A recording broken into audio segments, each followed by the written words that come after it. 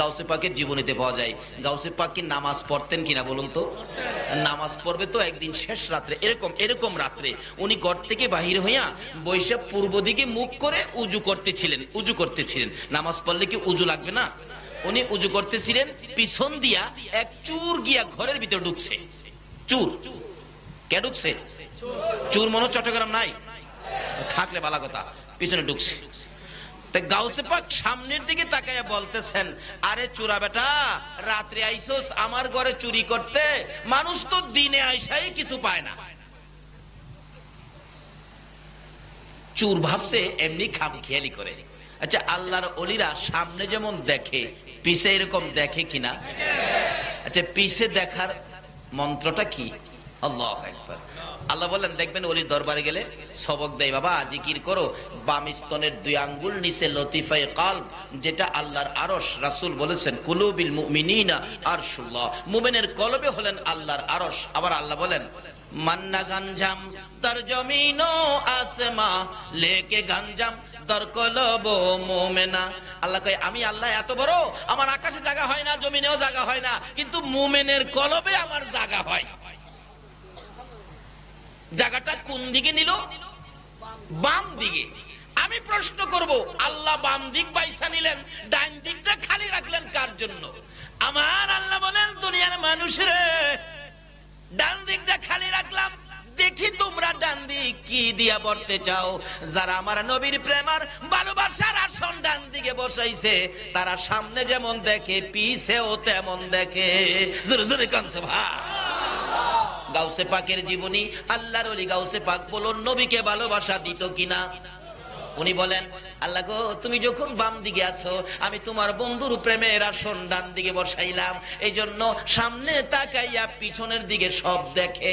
আব্দুল কাদের জিলানী রহমাতুল্লাহ সামনে বৈশা উজু করে পিছনে দেখে। দেখবেন বাম ডান দিক ক্লিয়ার থাকলে বাস্তব একটা প্রেমের চশমা লাগান না।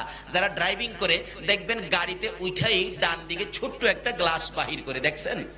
এই গ্লাসটার ড্রাইভিং ভাষায় নাম কি? Looking glass. লুকিং গ্লাস, দেখছেন? Looking glass. দেখবেন বাহির কেরায় সামনে তাকায় থাকে, তারপরও পিছন থেকে কে ওভারটেক করে সেই দেখে কিনা? পিছনে কি চায়? চায় না। সামনে তাকায়া লুকিং গ্লাসে দেখে। আমার আল্লাহকে, তোমরা কে আছো? আমার নবীর প্রেমের একটা লুকিং গ্লাস ডান দিকে বসাবি, তাহলে সামনে যেমন দেখবি পিছেও। গাউসে পাক ডান দিকে নবীর প্রেমের লুকিং গ্লাসের মধ্যে দেখে চোরা বেটা ঢুকছে। উনি বলতেছেন, রাইতে আইসোস, দিনেই তো কিছু পায় না। উনি বলেন, হাই হাই, চোর কেন খামাখা ঢুকলো? চোর খুঁজতেছে কি পাইবো না পাইবো। উনি উজু টুজু করে নামাজ পড়বে তো ভিতরে ঢুকছেন, ঢুইকা দরজা লাগাইছেন। লাগানোর পরে চোরা বেটা কয়, ধরার তো পড়ছি। অবশেষে একটা চাটাই উঠাইয়া চাটাই পেছাইয়া দাঁড়ায় রয়েছে, মনে হয় যে চাটি দাঁড় করে রাখছে, মানুষ টানুষ ভিতরে নাই। আচ্ছা, গাউসে পাক দেখেনি ভিতরেও? আজকে যারা এখানে বসা আছেন বাগদাদ থেকে দেখেনি?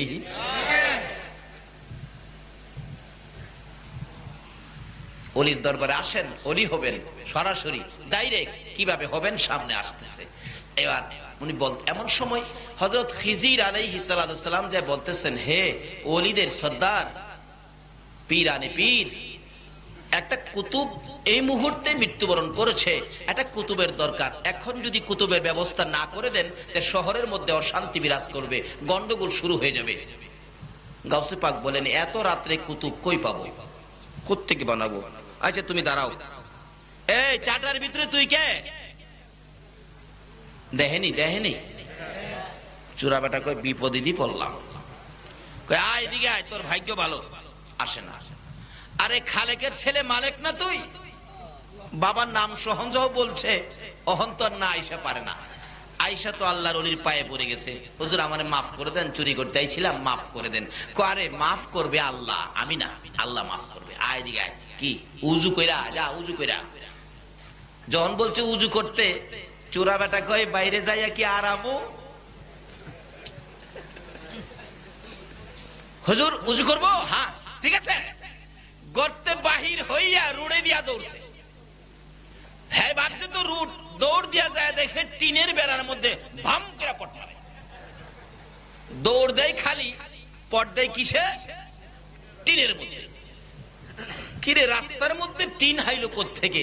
কিন্তু আল্লাহর ওলিদের একটা কেরামতের জাল আছে না, এই কেরামতির জালের মধ্যে পেরে গেছে। আল্লাহর ওলি হাসে, কেবাটা উজু করস না? হুজুর উজু করতেছি। অনেকক্ষণ পড়াপুড়ি করে যাইবার বাও নাই তো ফিরে আসছে, হুজুর উজু করে আসছি। কই নামাজের বিছনাটার মধ্যে খাড়া 2 রাকাত নামাজ পড়। খাড়াইছে। আচ্ছা কোন তো আর সূরাগুলি কি আইব হন? কিভাবে জীবন বাঁচাই, কিভাবে জীবন বাঁচাই, এরকমই তো হইব। সংগ্রামের সময় পাঞ্জাবি মিলিটারি আইসা, আমি তখন ছোট, আইসা ধৈরেই জিগাইতো, তুম মুসলমান? হ্যাঁ মুসলমান। হ্যাঁ কালিমা বাতাও। এক বাঙালিরে ধৈরা কয় কালিমা বাতাও। বাঙালিও ঠাডা ছিল, হ্যাঁ উল্টা কয় বন্ধু তুম বাতাও। নেহি তুম বাতাও। হ্যাঁ কয় তুম বাতাও, হ্যাঁ কয় তুম বাতাও। আধা ঘন্টা পর্যন্ত তুমি কও তুমি কও শুরু হইছে, কেউই কয় না। অবশেষে বাঙালি পিঠের মধ্যে থাপড়া দিলেন, পাঞ্জাবি পিঠের মধ্যে থাপ্পড় দিয়া কয় বন্ধু তুম নাহি জানতা হ্যায় হাম নাহি জানতা হ্যায়, ঠিক है মুসলমান। আর এক বেটারে ধইরা কয় কালিমা বাতাও। হ্যাঁ দুআ নুস পড়ছে আধা ঘন্টা। কি রে বাবা, আমি বললাম কালিমা পড়তে, তুই দুআ নুস পড়স কে? এটা তো মানুষ বিপদে পড়লে পড়ে। হ্যাঁ গো স্যার, আমার চেয়ে বিপদে আর কেউ নাই। গাউসে পাকের দরবারে সুর দরাত পড়ছে, হ্যার বিপদটা কি কম? হ্যাঁ খালি কয় জীবন বাঁচাই কেমনে, নামাজের সূরা বাদ দিয়া দুআ নুস পড়া শুরু করছে। আর গাউসে পাক ডাকে, প্রভু কুতুবের দরকার, এত রাত্রে কই যামু গো কুতুবের জন্য। হ্যাঁ প্রভু, একটা চুর চুরি করতে আসছিল, আমি আব্দুল কাদির চুরকে ধরে উজু করাইয়া নামাজের বিছানা পর্যন্ত দাঁড় করাইলাম, তুমি কি তারে কুতুব বানাইতে পারো না? আমি যদি চুরকে ধরে কুতুবের জন্য নামাজের বিছানায় আনতে পারি, আমি আব্দুল কাদের যদি চুরকে ধরে নামাজের বিছানায় কুতুবের জন্য আনতে পারি, তুমি কি তারে কুতুব হিসাবে কবুল করতে পারো না? এমনি সময় আওয়াজ আসতেছে, আব্দুল কাদের তোমার আনিত চুর আমি আল্লাহ কুতুবের খাতায় নাম লাগাইয়া দিলাম। আরে গাউসে পাকের নাম জপিলে আল্লাহ পাওয়া যায়, বলুন গাউসে পাকের জোরে জোরে, হাইরে গাউসে পাকের নাম জপিলে আল্লাহ পাওয়া যায়, হাইরে গাউসে পাকের কান্দিস নায়ার গাছ তলাই, কান্দিস নায়ার গাছ তলাই, গাউসে পাকের নাম জপিলে আল্লাহ পাওয়া যায়, হাইরে গাউসে পাকের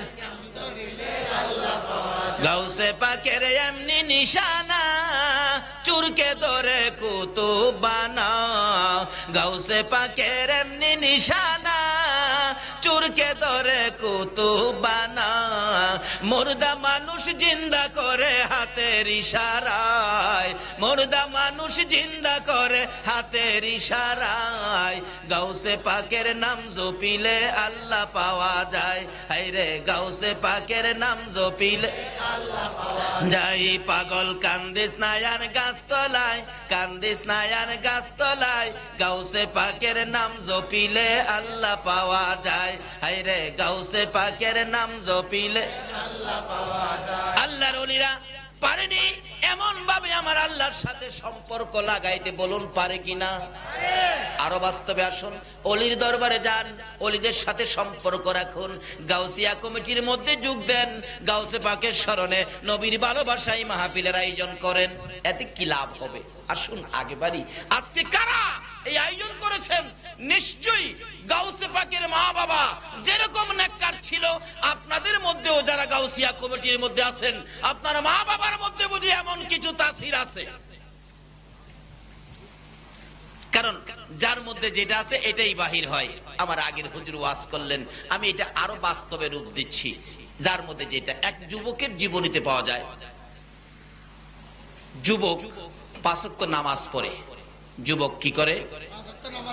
গাউসে পাকের বাবাও নামাজ পড়তো কিনা 5 ওয়াক্ত? যুবক নামাজ পড়ে, একদিন মসজিদের মধ্যে নামাজ পড়তেছে, তো পিছনের কাতারের মুসল্লি ছিলেন এক বাদশাহ। বাদশাহ যুবকের নামাজ দেখে বললেন, বাবা তোমার নামাজ এত সুন্দর।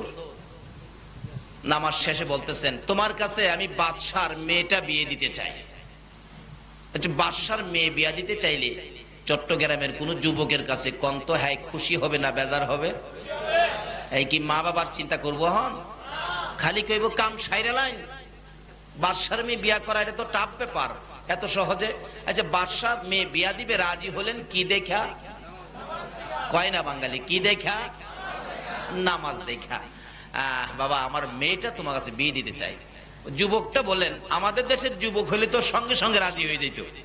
যুবক কি কয়, চাচা আপনি বাদশার মেয়ে বিয়ে দিবেন আমার কাছে, তবে দুঃখ নাই বিয়ে যখন করি নাই বিয়েটা করব, শর্ত হলো আপনি বাদশার মেয়েটা নামাজিনি। আচ্ছা এই যুবক এখন পাওয়া যাইব? যুবক পাইবেন কই? যুবকের বাবাই তো পাইতেন না। বাবারা ছেলেরে বিয়ে করাইব, ঘটকের কাছে প্রস্তাব দিয়ে আগে জিগায় কত দিব, লাখ দুয়েক। এরূপ আছে না বাংলাদেশে? থাকলে বলা কথা। এ রোগ রাখবেন নাকি নবীর উম্মত হইবেন? এ রোগ যে এলাকায় ঢুকছে এই এলাকায় জলোচ্ছ্বাস, ভূমিকম্প, পানি যায় ধ্বংস করছে। আর যদি এই রোগ বাদ দিয়ে নবীর উম্মত হতে পারেন, কিসের ভূমিকম্প, কিসের জলোচ্ছ্বাস? নবীর উম্মত ওমর ফারুক রাদিয়াল্লাহু তাআলা আনহুর জীবনী খুলে দেখুন। মদিনায় একবার ভূমিকম্প হইতেছিল, ওমর যখন শাসক, মদিনার মাটি থরথর করে কাঁপতেছে। ওমর একটুও ভয় পায় না, দৌড়ায়ও না ভয়ে, ঘর থেকে লাঠি নিয়ে বাইরেছে, মাটিরে শাইস্তা করে। আয় মাটি আয়, থাম থাম, কি পাইছস? সাইজ কিরা নামু, এত বড় সাহস কই পাইলি? নড়াচুরি করস? বাইরেয়া মাটিরে থামাইছে। থামায়া কয় তুই যে ভূমিকম্প হইয়া নড়াচুরি করলে তোর কি লজ্জা করলো না? তুই জানোস না এই মাটিতে যে আমার রাসূল ঘুমাইয়া রয়েছে? ওমরের জীবনীতে লেখে মাটি একবারে খামোশ চুপ হয়ে গেছে, একবার নড়াচুরি বন্ধ। এমনকি ওমরের চাবুকের আঘাতে মদিনার মাটি এমন ভাবে চুপ হয়েছে, কিয়ামত পর্যন্ত মদিনাতে আর ভূমিকম্প হবে না। নবীর উম্মত উমর হয়েছে কিনা বলুন তো? যে উমর নবীর ভালোবাসার দরজা ঠিক রাখতে যাইয়া আপন পিতার কল্লা কেটে দিয়েছে, সে নবীর ভালোবাসা শিক্ষা দেওয়ার জন্য আমার আল্লাহ কোরআন শরীফের মধ্যে ঘোষণা দিয়েছে। আসুন আগে বাড়ি, এই নবীর ভালোবাসায় গেলে লাভ হবে না লস হবে? কেন যাবেন না নবীর ভালোবাসায়? আমার নবীর জীবনী খুলে দেখুন। উহুদের জমিনে যেদিন আমার নবীর দুইটা দান দান মুবারক শহীদ হইয়া যায়, আমার নবী এই হাত টুকুন মুখের মধ্যে লাগাইয়া কাঁদতেছে, সাহাবীরা রে তোরা কে কোথায় আছোস, আয় দেখা যা, আমার দুইটা দান দান মুবারক শহীদ হয়ে গেছে। কিন্তু কেউ পাশে ছিল না, তারপরও আমার নবীকে চারদিক ঘেরাও করে মারতেছে। মাথার লোহার টুপি ভেঙে টুকরা হইয়া এইভাবে দুইটা লম্বা লম্বা টুকরা মাথার দুই পাশে দিয়ে ঢুকে গেল, একবারে মস্তক মুবারকের মধ্যে লেগে আছে, খোলা যায় না। নবী মাঝে মাঝে টান দিতেন, খুলতে পারে না, ব্যথায় অস্থির, রক্ত মুবারক সারা শরীর লাল হয়ে যায়। আমার নবী ব্যথায় অস্থির হইয়া মাথা চক্কর খাইয়া উহুদের জমিনে পড়ে গেছে, পাশে কেউ ছিল না। আমার নবী কান্দে, সাহাবীরা রে আর সহ্য হয় না। তারপরও নবীকে মারতে ছিল দুনিয়া থেকে বিদায় করে দেওয়ার জন্য। এমন সময় আমার নবী জ্ঞান হারিয়ে ফেলেছে। জিবরাইল দুইটা হাত বাড়াইয়া রে আমার নবীর খুলে উঠাইয়া টান দিয়ে সরাই আনলেন।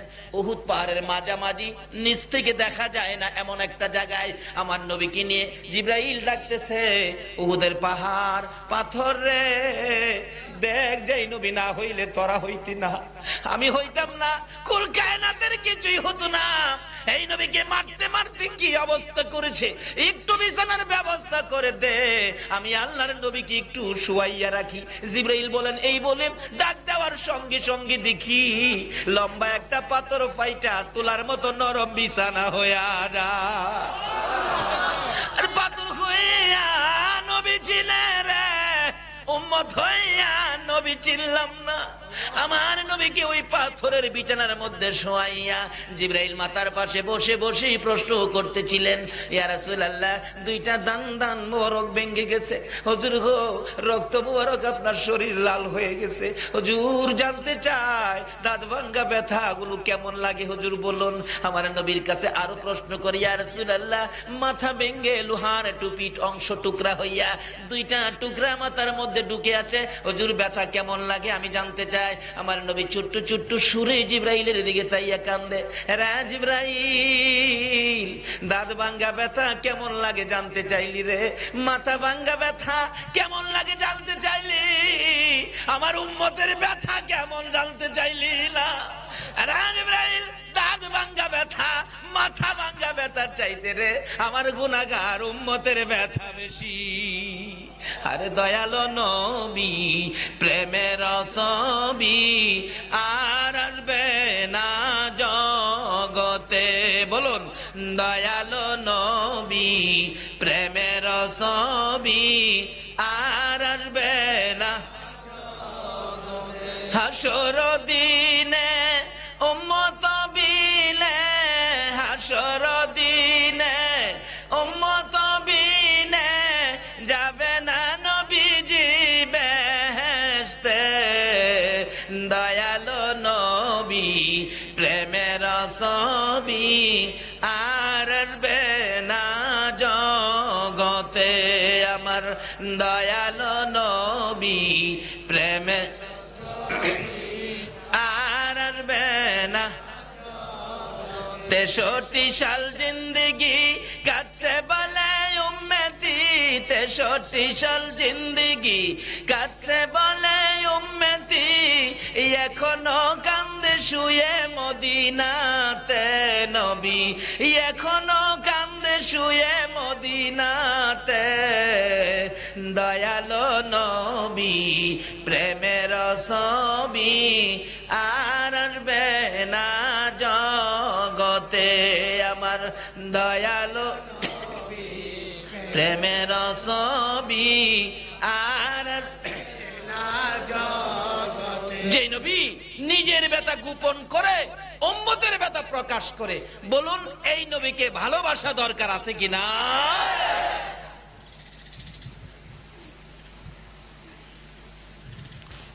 বেশি কষ্ট হইতেছে আপনাদের?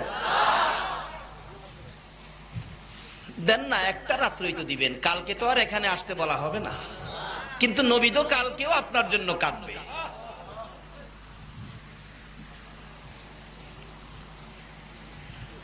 আমার আল্লাহ কই বন্ধু গো, এত মায়া উম্মতের জন্য, যাও আমি কথা দিলাম তোমার উম্মতের আমি একটু সুযোগ পাইলেই আমি মাফ করে দেব।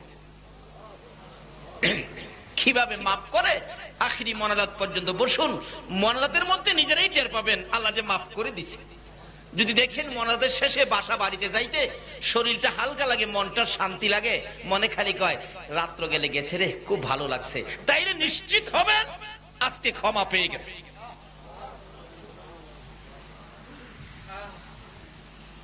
আসুন, নবীর ভালোবাসায় ওলি হওয়া যায়, নবীর ভালোবাসায়। আর কারণ নবীর ভালোবাসা ব্যতীত আল্লাহ পাওয়া যায় না, আল্লাহর সাথে সম্পর্ক ব্যতীত ওলি হওয়া। ওলি শব্দের অর্থ হলো বন্ধু, বলুন কার বন্ধু? আর জোরে কোন কার বন্ধু?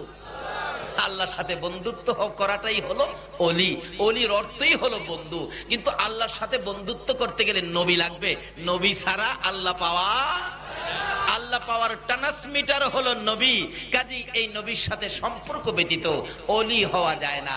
একজন ওলি হইতে গেলে নামাজ দরকার আছে কিনা বলুন তো? একটা যুবক ছেলে নামাজ পড়ে, বাদশা বলেন বাবা নামাজ দেখা তোমাকে পছন্দ হয়েছে, বিয়ে দিব তোমার কাছে, আমার বাদশার মেয়েটা। আমরা হইলে তো চটকিরা রাজি হয়ে যাইতাম, আর মনে মনে ভাবতাম কি টাকা পয়সার সমস্যা হবে না, বাদশার মেয়ে বিয়া করব, সব তো আমারই। কিন্তু যুবক বলতেছেন চাচা একটা শর্ত, কি আপনার মেয়েটা নামাজ পড়েনি? বাদশা কই বাবা আমার মেয়ে তো নামাজ পড়ে, তাইলে আমি রাজি। বাড়িতে গেছে বাদশা, মা মেয়ে কি বাবা? আমি তোমার জন্য একটা ছেলে চয়েস করছি, তুমি কি রাজি? মেয়েটা কই বাবা আপনি আমার গার্জিয়ান, আপনি চয়েস করবেন আমি রাজি হব না। গার্জিয়ানের কথা, বাবার কথা ছেলে মেয়েদের মানতে হবে কিনা বলুন তো? এই শিক্ষা আমার নবীর দেওয়া। এই শিক্ষাটা কার? আমার নবী বলছে মা বাবার কথা কি মানতে হবে? মা বাবার কথা কেন মানতে হবে? এ মা বাবার পায়ের নিচে যে আমার জান্নাত।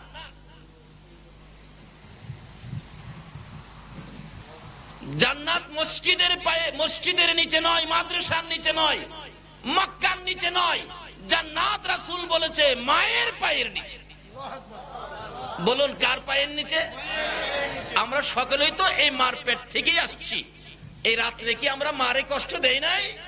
এরকম রাত্রে মা আপনাকে আমাকে পেটে নিয়ে ঘুমাইতো, আমরা ঘুমাইতে দেই নাই তো, লাথি মারছি। মা ডান দিক বাম দিক তাকায়া দেখে সবাই ঘুমিয়েছে, মা উঠে বসে গেছে, আবার লাথি মারছি, কাউরে কয় নাই।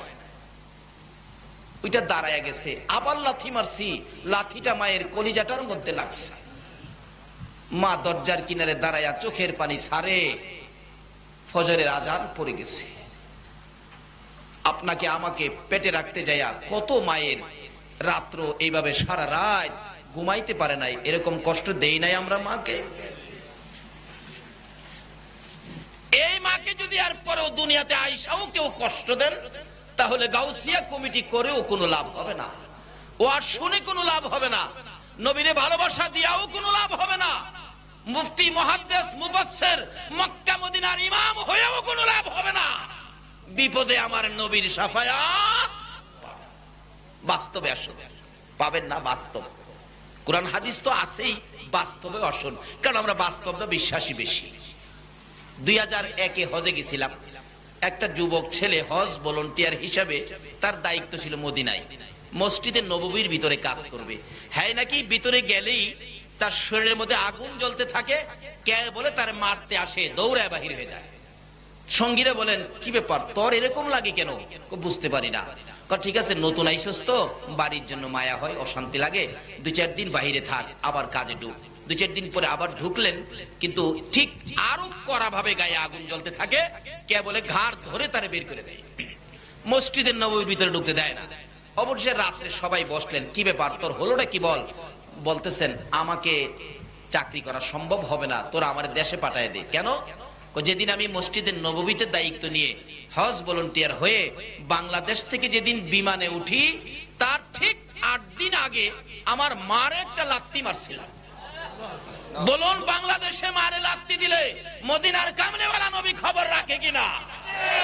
এখন নামাজি হন, গাউসিয়া কমিটির সদস্য হন, নবীর আশিক হন, কোন লাভ হবে? নবী বলেছেন তোমার মায়ের পায়ের নিচে জান্নাত। মাকে যারা কষ্ট দাও, আমি নবীর সাক্ষাৎ তোমাদের হবে না। মসজিদের নববীতে থাকতে দেয় না, ঘাড় ধরে বের করে দিয়েছে। আসুন এগুলি আজকে পরিষ্কার করব। অনেকে হয়তো মনে মনে বলতেছেন হুজুর আমি তো আমার মারে কষ্ট দিছি, কিন্তু আমার মা যে এখন দুনিয়ায় নাই, তাহলে আমি কি করব? আসুন সিস্টেম আছে, এটার ব্যবস্থাও হয়ে যাবে ইনশাআল্লাহ। কি বলেন, একটু সময় দিবেন না নবীর জন্য? আসুন আগে বাড়ি মহব্বতে আর একটু দরুদ শরীফ পড়ুন। আল্লাহুম্মা সাল্লি আলা সাইয়্যিদিনা মুহাম্মাদ, আল্লাহুম্মা সাল্লি মুহাম্মাদ নবী মাওলানা মুহাম্মাদ নবিয়ানা মাওলানা দিবানিশি মনে রে আমার আর দিও না যন্ত্রণা, দিবানিশি মনে রে আর দিও না যন্ত্রণা। হায়রে দন যদি হইতাম দনি, যাইতাম সোনার মদিনা। হায়রে দন যদি হইতাম দনি, যাইতাম সোনার মদিনা। আল্লাহুম্মা সাল্লি আলা সাইয়্যিদিনা মুহাম্মাদ, আল্লাহুম্মা সাল্লি আলা সাইয়্যিদিনা মুহাম্মাদ নবী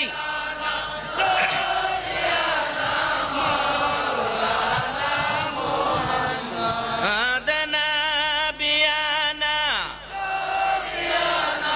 মাওলানা বালাগাল উলা বিকামালিহি কাশাফাদ দুজা বিজামালিহি আসনাত জামিউ খিসালিহি সাল্লাল্লাহু আলাইহি।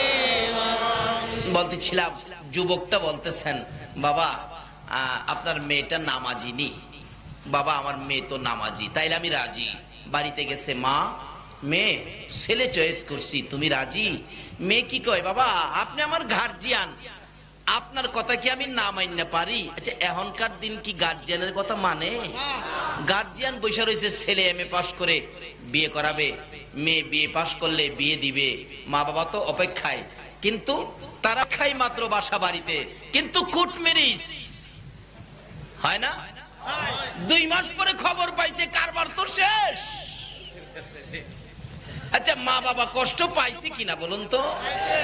এরকম কষ্ট দিলে নবী খুশি হবে না বেজার হবে? আসুন এমন কাজ আমরা করব না যেই কাজে নবী কষ্ট পাবে। মেয়ে কই, বাবা আমি তো রাজি, কিন্তু শর্ত একটা। কি শর্ত? আপনি যে ছেলেটা চয়েস করছেন এই ছেলেটা নামাজি নি। আচ্ছা অহংকার দিনের মেয়েরা এই কথা বলবে? যদি বাবাই কয়, মা তোমার ছেলে চয়েস করছি তোমার জন্য, ছেলেটা 5 ওয়াক্ত নামাজ পড়ে, মেয়েটা দেখবেন আর কথাই কইতো না, পিছে যায় দাদি রেখে, দাদি বাবারে না কর, আমার ব্যাপারে মাতবুরি করতো। নামাজি ছেলে বলে আমার লাগে চয়েস করছে, নামাজ পড়লে তো অবশ্যই মাথায় টুপি লাগাইছে। ময়রা জামুগা গাড়ি চাক্কার তলে, বাবারে না হর, এই কাম যেন না করে। এই যুগ আছে কিনা এখন? কারবারটা কি ভালো করলো? এই জন্য তো দেশে অশান্তি। কিন্তু ওই বাদশার মেয়ে বলতেছেন, বাদশাহ হারুনুর রশিদের মেয়ে বলতেছেন, বাবা আমি রাজি, আপনি যাকে চয়েস করছেন, শর্ত হলো ছেলেটা নামাজি নি। মা নামাজি, তাহলে রাজি। বিয়ে হয়ে গেল, দিতেছে দুইজনে একসাথে করে, বাবা যান আপনার বিবি নিয়ে যান, বাড়িতে যান। যাইতেছে, বাড়িতে যাইতেছে, একটু দূরে যায় যায় বিবি জিগাই, স্বামী আপনার বাড়িটা কোনটা, বাড়িঘর আছে কিনা এটাও জিগাইছে না, বিয়া দিল কি দেখা? এখন তো নামাজ তো দেখেই না, ছেলে কি করে তাও দেখে না, কি খা তাও জিগায় না, খালি কই লেখাপড়া করছে, এমএ পাস করছে, জিজ্ঞাস কি দিয়া দে খালি।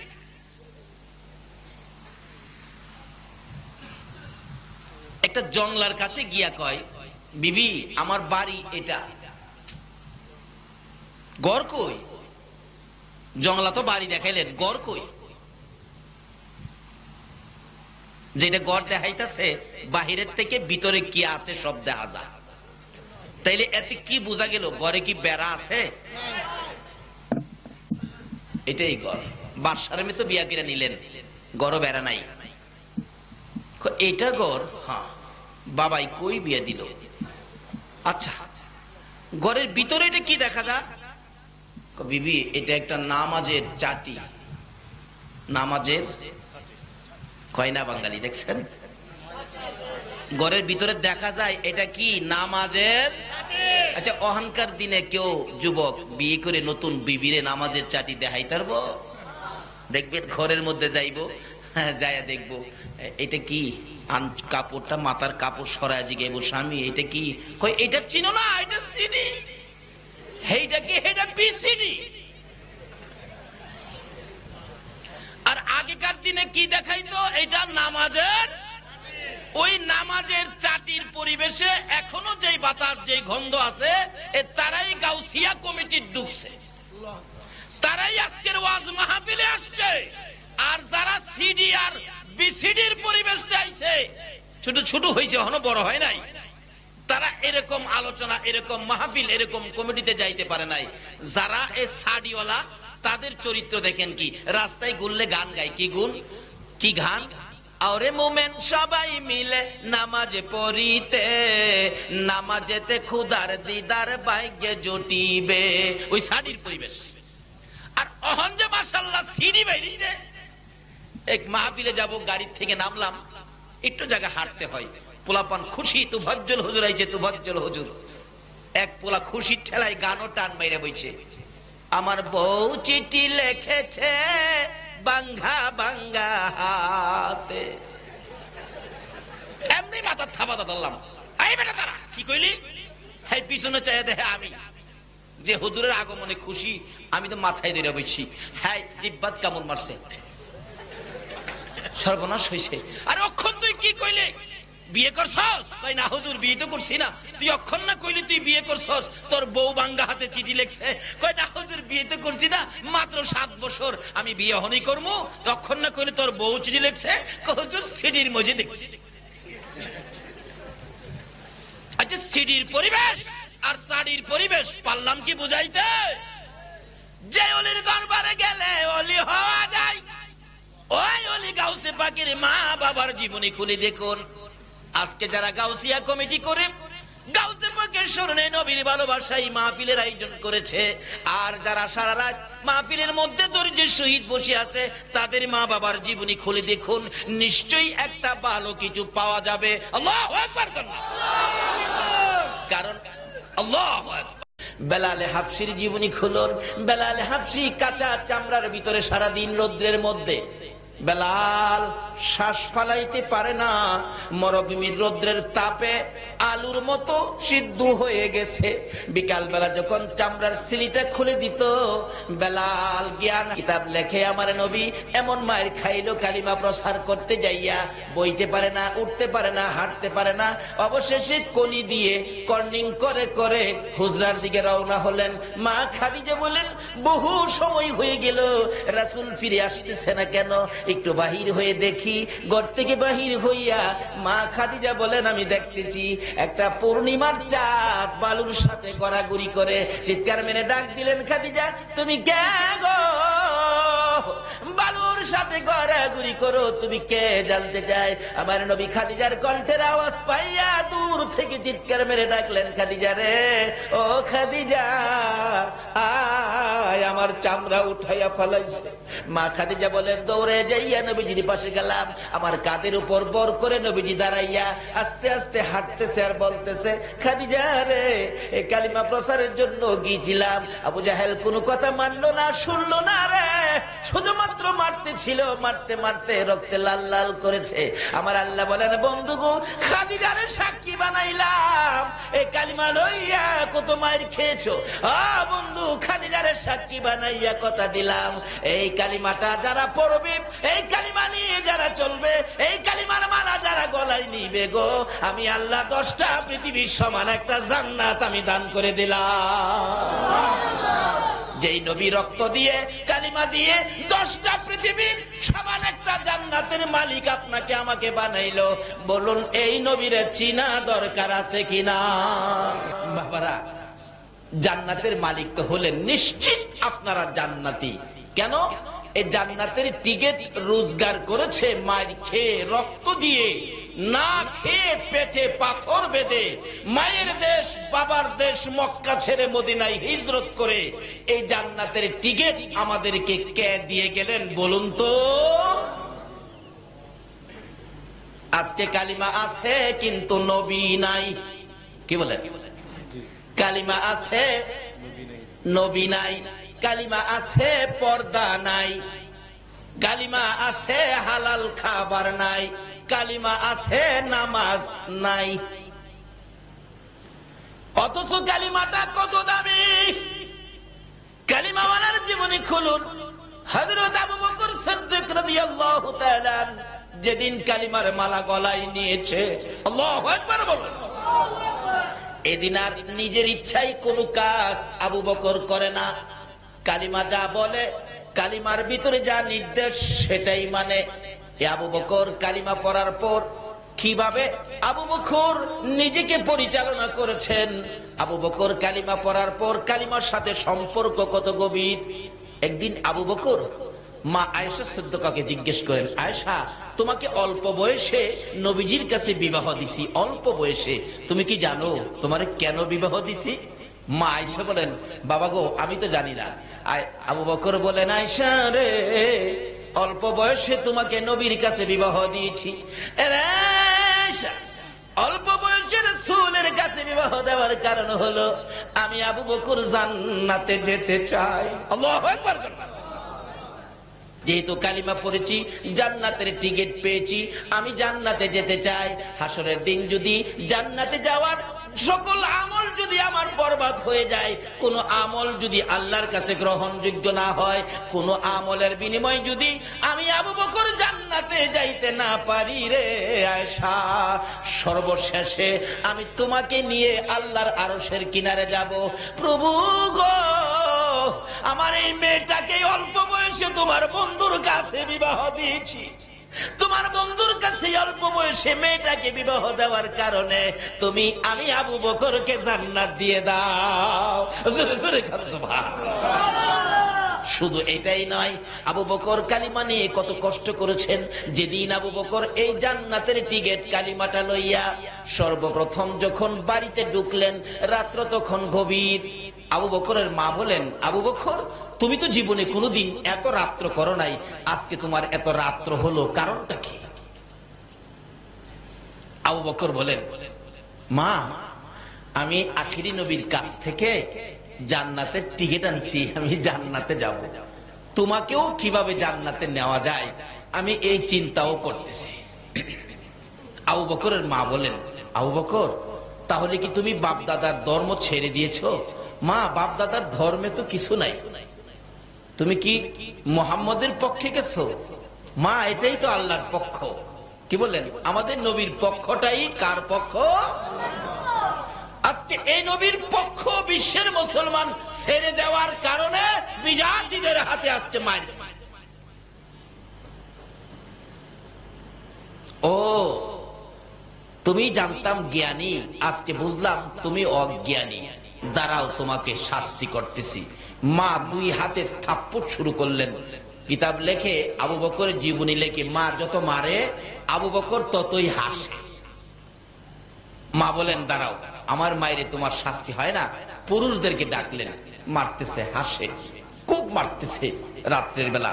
এমনকি কিতাব লেখে, মারতে মারতে আবু বকরের সকল শরীরের মধ্যে রক্ত জমাট হয়ে গেছে, এমনকি নাকে দিয়ে মুখে দিয়ে রক্ত বাহির হয়ে গেছে। জ্ঞানহারা হয়ে গেলেন আবু বকর। আবু বকরের মা বলেন, তোমরা কারা গো? আমার আবু বকরকে আর মেরো না, যদি জ্ঞান থাকে জীবনে আর কালিমা পড়বে না।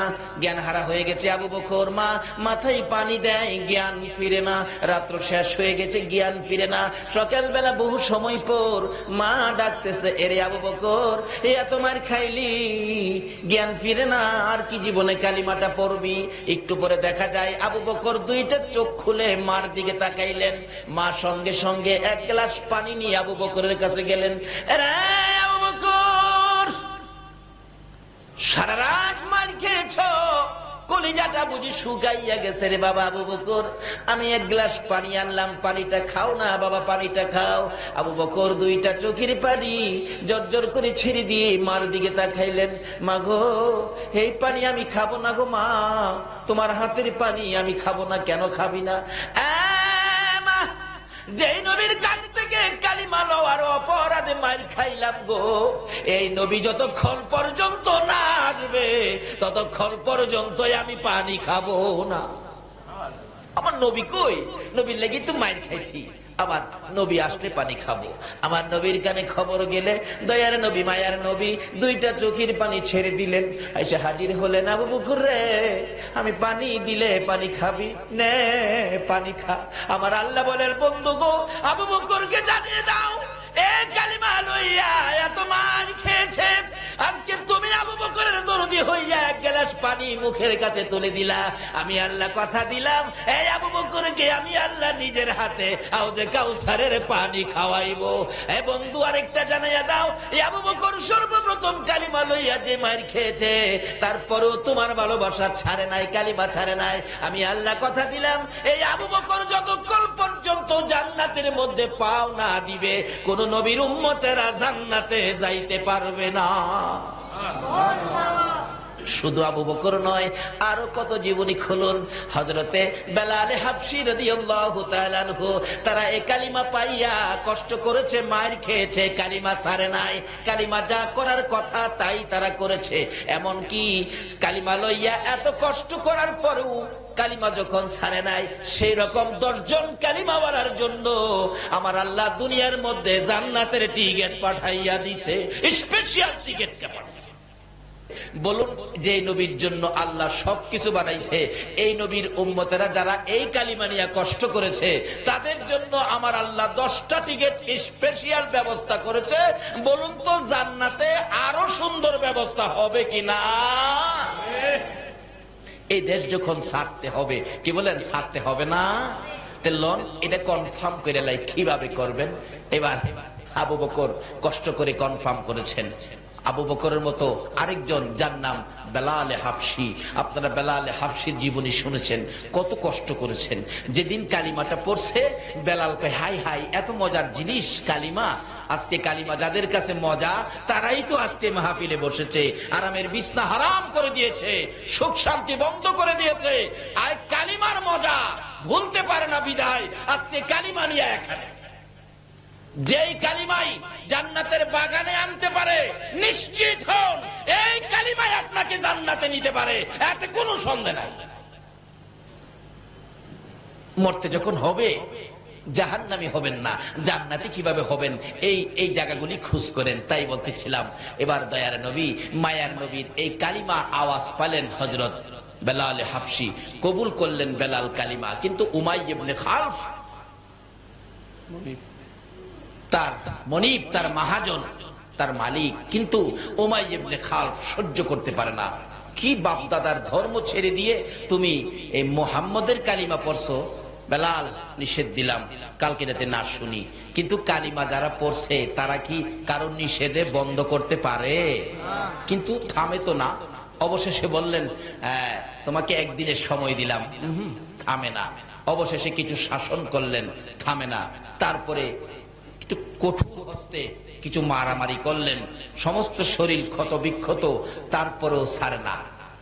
তারপরে উমাইয়া ইবনে খালফ বলেন, শারীরিক আঘাতে, শারীরিক নির্যাতনে মুখের কালিমাটা বন্ধ করতে পারি না, তার মুখের উপর আক্রমণ করতে হবে। অবশেষে ওই উমাইয়া ইবনে খালফ জ্বলন্ত আগুন করে বেলালের মুখের ভিতরে ঢুকাই দিয়েছে।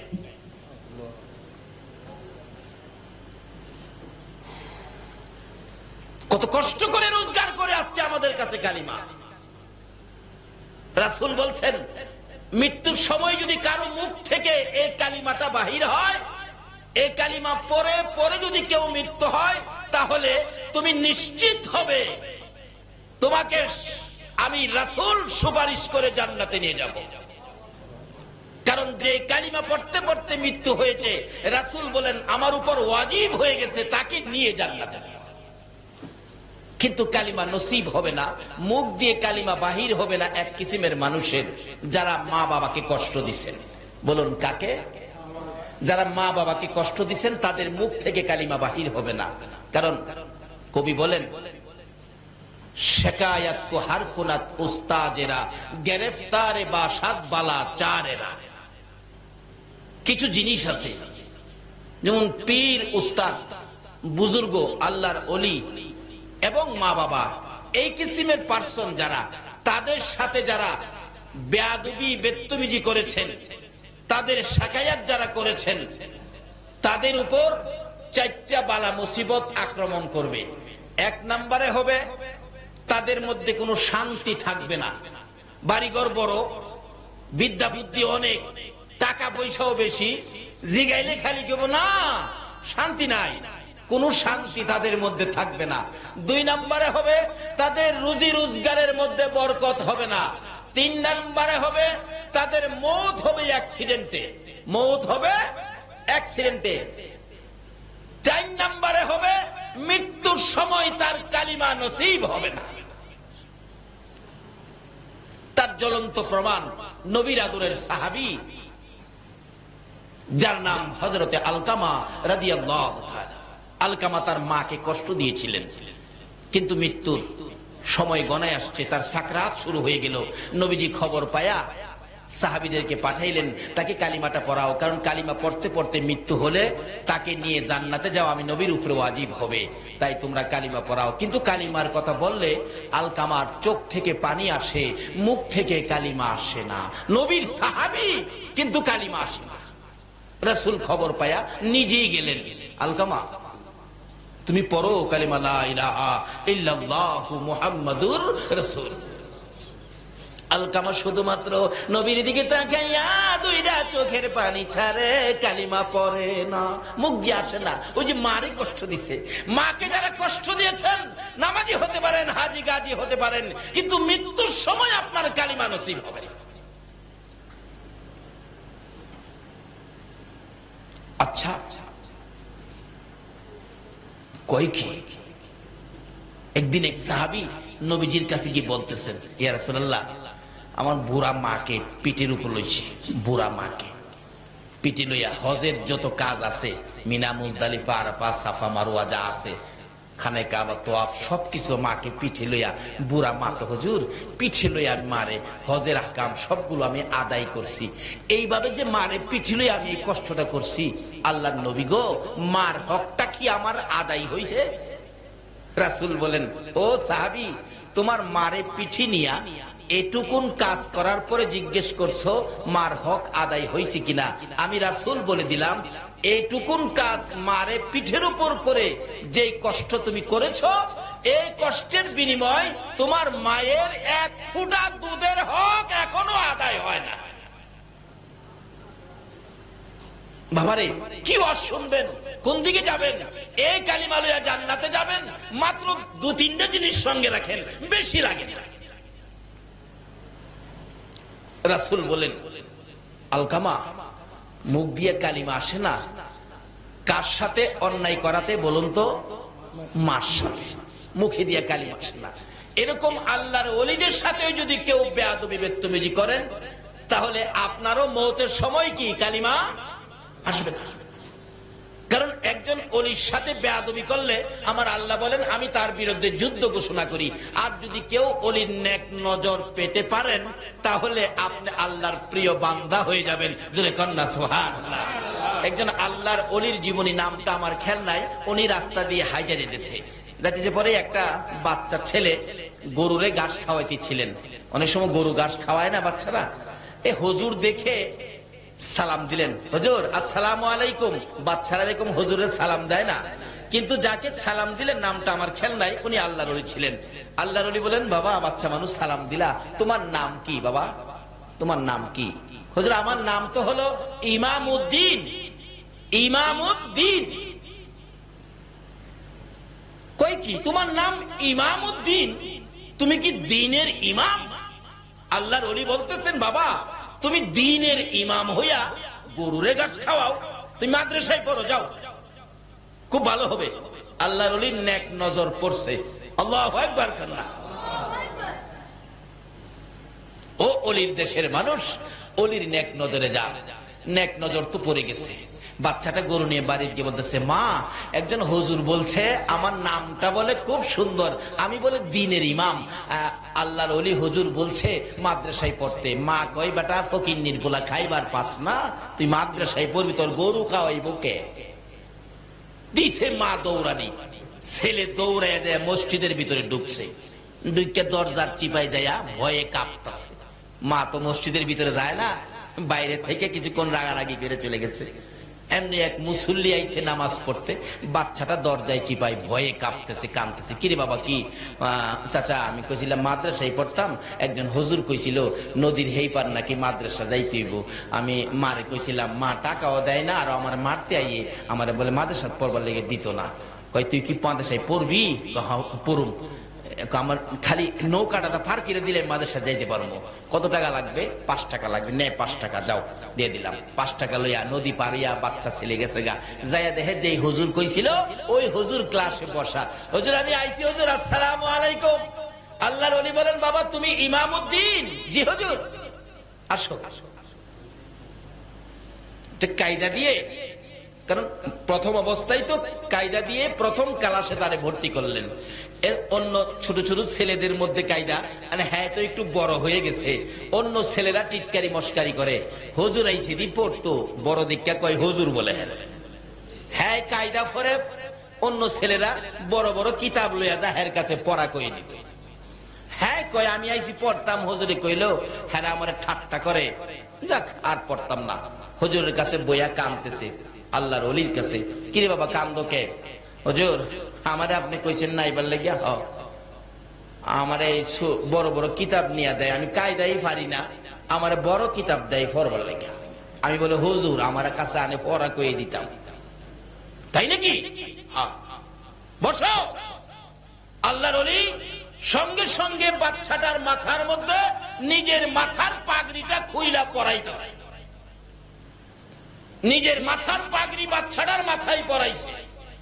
চাবুকটা বাচ্চাটার হাতে দিয়ে বলছে, যাও ইমামউদ্দিন বুখারী ক্লাস তুমি করে আসো।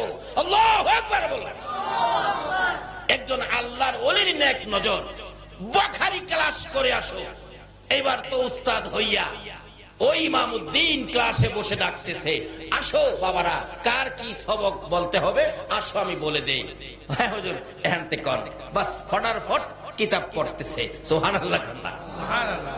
তাই কবি বলেন, বেনি আন্দার কুদ উলুমে আম্বিয়া, বেনি আন্দার কুদ উলুমে আম্বিয়া, বে কিতাবিউ বে মুঈদিউ উস্তা।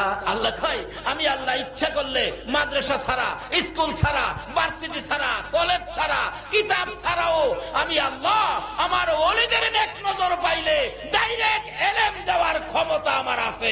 জোরে জোরে কোন সুবহানাল্লাহ। কিন্তু ওই সমস্ত হাস্তির সাথে, পীর বুজুর্গ মা বাবার সাথে বেয়াদবি বেত্তমিজি করবেন না, সব শেষ হয়ে যাবে।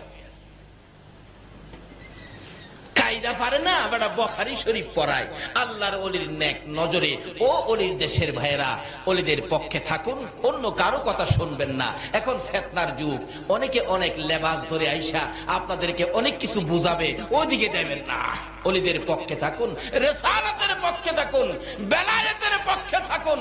বেলায়েত এমন এক শক্তি যেটা পানির নিচে দিলেও ধ্বংস হয় না, আগুনে দিলেও বেলায়েতের পাওয়ার পুড়তে পারে না। জোরে জোরে কাঁদছে। রিসালাতের পক্ষে থাকুন, যে রিসালাতের শক্তি ইসমাইলের কপালে থাকলে ইব্রাহিমের ছুরি ধরে না, যে রিসালাতের শক্তি খাজা আব্দুল্লাহর কপালে থাকতে আব্দুল মুত্তালিবের ছুরি গলায় ধরে না। কাজী সেই শক্তিগুলো যদি কারো পক্ষে থাকে দুনিয়া ও আখিরাতে কোনো ভয় থাকবে না। তাই আসুন আগে বাড়ি। আমি এখনো আলোচনায় যাই নাই, যাইতেছি। ওরা কষ্ট হইতাছে আপনাদের? মা বাবার সাথে ভালো ব্যবহার করতে হবে। মা বাবারে কষ্ট দিলে মওতের সময় ঈমান নসিব হবে না। তাই বলতেছিলাম মা বাবার সাথে, পীর উস্তাদ বুজুর্গের সাথে ভালো ব্যবহার করবেন, বেয়াদবি বেত্তমিজি করবেন না। আসুন আগে বাড়ি। আলকামা অবশেষে কালিমা যখন আসেই না, রাসূল বলেন কি ব্যাপার? এমন সময় জিবরাইল আয়াত, হুজুর এই কালিমা আসবে না মুখ দিয়া কেন? তার মাকে কষ্ট দিছে, মাকে কষ্ট দিছে। তোমরা একটা কাজ করো, লাকড়ি জোগাড় করো। সাহাবীরা লাকড়ি জোগাড় করলেন, আগুন জ্বালাও। আগুন জ্বলতেছে ধাউ ধাউ করে, আলকামাকে ধরে আইনা আগুনও ফেলাও। এই কথা বলার পরে মা দৌড়ে আসছে, হুজুর আমার আলকামাকে আগুন দিবেন কেন? কি ব্যাপার? তোমার আলকামা নাকি তোমাকে কষ্ট দিছে, এখন এই বিচারের জন্য তাকে আগুনও ফালানো হবে। আলকামার মা বলেন, হুজুর আমারে কষ্ট দিছে দেখা আমার ছেলেরে আমার সামনে আগুন দিবেন? আমি মা কেমনে সইব? হুজুর একটা কাজ করেন, আমি আমার ছেলেরে মাফ করে দিছি, আপনিও মাফ করে দেন, আল্লাহকেও বলেন মাফ করে দিতে। রাসূল বলেন মা ক্ষমা করার সাথে সাথে আলকামা ঠাস ঠাস করে কালিমা পড়তে পড়তে জান্নাতি হয়ে বিদায় হয়ে গেছে। আর কেউ বলতে হয় নাই, এমনি থেকেই কালিমা পড়া শুরু করে দিছে। বাবারা, মাকে কষ্ট দিবেন, মৌতের সময় কালিমা নসিব হবে না। তাই এই আমলগুলো যেন আমাদের সাথে থাকে। সকলে বলুন আমিন। আসুন, বলতেছিলাম এটা কেমন কালিমা? এক একটা কালিমাওয়ালাকে 10টা পৃথিবীর সমান জান্নাত। কিন্তু এই কালিমার মর্যাদা, কালিমাটা কি জিনিস একটু বুঝে শুনে কিছু করলাম না। করতাম যদি আবু বকরের মতো মায়ের খেতে হতো, যদি বেলালের মতো, বেলালে হাফসির মতো মুখের মধ্যে আগুন ঢুকাইতো, তাহলে কালিমার মূল্য, কালিমার মর্যাদা দিতে পারতাম। উমাইয়া ইবনে খালফ বলেন, মুখের ভিতরে আগুন দিলাম, বেলাল তো কালিমা ছাড়ে না। সারা শরীর ক্ষত বিক্ষত হয়ে গেল, সারা শরীর গা হয়ে গেল, কালিমা ছাড়ে না। তারপরে নিষ্ঠুর পাশার উমাইয়া ইবনে খালফ নির্দেশ দিলেন, বেলালকে সারা শরীর গা অবস্থায় একটা কাঁচা চামড়ার ভিতরে ঢুকাইলেন। কাঁচা উড়ের চামড়ার ভিতরে ঢুকাইয়া সিলাই করে মরুভূমির রৌদ্রের মধ্যে ফালাইলেন। বলুন অপরাধটা কি ছিল?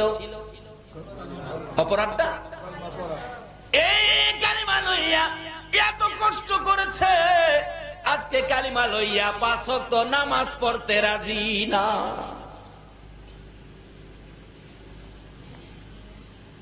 এই কালিমা লইয়া সুদ ছাড়তে পারলাম না, এই কালিমা লইয়া ঘুষ ছাড়তে পারলাম না, কেমনে জান্নাতে যাইব? বেলালে হাফসির জীবনী খুলুন। বেলালে হাফসি কাঁচা চামড়ার ভিতরে সারাদিন রৌদ্রের মধ্যে, বেলাল শ্বাস ফালাইতে পারে না, মরুভূমির রৌদ্রের তাপে আলুর মতো সিদ্ধ হয়ে গেছে। বিকাল বেলা যখন চামড়ার সিলিটা খুলে দিত, বেলাল জ্ঞান হারা হয়ে মাথা জমিনে ফালাইয়া দিত।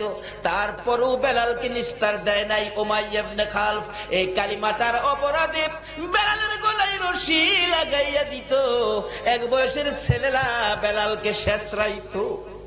যে নবীর কথা মানার জন্য আল্লাহ বলে, এই নবীর কথা মানা দরকার আছে না? কেন মানবেন না? আমার নবী উম্মতের জন্য কত কষ্ট আমার নবী করেছে। উহুদের জমিনে যেদিন আমার নবীকে মারতে মারতে 2টা দান মোবারক শহীদ করে ফেলেছে, রক্তগুলো জর্জর করে পড়ছে, দাড়ি লাল, জামা লাল হয়ে গেছে। আমার নবী এই হাত মুখের মধ্যে লাগাইয়া ব্যথায় অস্থির। সাহাবীরা রে, কে তোরা কোথায় আছোস? আমার 2টা দান শহীদ হয়ে গেছে। তারপরও কাফের বেঈমানেরা নবীকে ঘেরাও করে ফেলেছে। রাসূল বলেন, যেদিকে তাকাই শুধুমাত্র শত্রু বন্ধু বলে কাউরে দেখি না। ডান দিকে তাকাইলে বাম দিক থেকে আঘাত করে রে, বাম দিকে তাকাইলে ডান দিক থেকে মারে, সামনে তাকাইলে পিছন দিক থেকে মারে, পিছনে তাকাইলে সামনের দিক থেকে মারে। এইভাবে মারতে মারতে আমি নবীর মাথার লোহার টুপি টুকরা টুকরা করে জমিনে ফেলে দিল। কিন্তু 2টা লম্বা লম্বা টুকরা নবীজির 2 পাশে দিয়ে মাথার মস্তকের ভিতরে ঢুকে গেল। টানাটানি করে খোলার জন্য খোলা যায় না, শুধুমাত্র রক্ত বাহির হয়। আমার নবী, এতিম নবী ব্যথায় অস্থির, মাথা চক্কর খাইয়া জমিনে পড়ে গেল। যে জায়গাটার মধ্যে উহুদের জমিনে রাসূল পড়েছিল, এখনো জায়গাটা আগের মতো রয়ে গেছে। তারপরও নবীকে মারতেছিল দুনিয়া থেকে বিদায় করে দেওয়ার জন্য। এমন সময় হযরতে জিবরাইল গো আমার নবীর শিশু বাচ্চার মতো এইভাবে কোলে উঠাইয়া টান দিয়ে সরাইয়া নিয়ে আসছে, আর মারতে দেয় না। আমার নবী জ্ঞানহারা হয়ে গেছে। উহুদ পাহাড়ের মাঝামাঝি, নিজের চোখে দেখে আসছি, নিচ থেকে দেখা যায় না এমন একটা জায়গায় নবীকে নিয়ে গেছে। উহুদ পাহাড়ের মাঝামাঝি নিয়ে জিবরাইল ডাকতেছে, রে উহুদের পাথর, ও উহুদের পাহাড় দেখ, যেই নবী না হইলে তোরা হতে না, আমি হতাম না, কুল কায়নাতের কিছুই হতো না। রে উহুদের পাথর, এই নবী বেহুশ হয়ে পড়ে আছে রে, নবীকে শোয়ানোর জন্য একটু বিছানার ব্যবস্থা করে দে। জিবরাইল বলেন, পাথরের কাছে এই নবীর পরিচয়টুকু দেওয়ার সঙ্গে সঙ্গে দেখি রে লম্বা একটা পাথর ফাইটা তোলার মতো নরম বিছানা হইয়া যা। আমার নবী বলেন, আরে জিবরাইল, এই বিছানায় আমার শুয়াইলি জিবরাইল বলেন আমি আশ্চর্য হয়ে গেলাম, যেই নবীর পরিচয় টুকুন শোনাইলে পাথর তোলার মতো নরম বিছানা হয়, এটা কেমন নবী গো? এই নবীরে উম্মত হইয়া চিনলাম না। নবীকে শুয়াইয়া মাথার পাশে বসে বসে জিবরাইল প্রশ্ন করে, ইয়া রাসূলুল্লাহ, আল্লাহর নবী গো, দাঁত ভাঙ্গা ব্যথা কেমন লাগে আমার কাছে বলুন। হুজুর, মাথা ভাঙ্গার ব্যথা কেমন লাগে গো বলুন না, আমি জিবরাইলের কাছে বলুন না। আমার নবী ছোট্ট ছোট্ট সুরে চোখের পানি ছেড়ে ডাকে, জিবরাইল রে, আয় রে, আমি ব্যথার খবর জানাই। রে জিবরাইল, দাঁত ভাঙ্গা ব্যথা কেমন লাগে জিগাইলি, মাথা ভাঙ্গা ব্যথা কেমন লাগে জিগাইলি। জিবরাইল, আমার উম্মতের ব্যথা কেমন লাগে জিগাইলি না।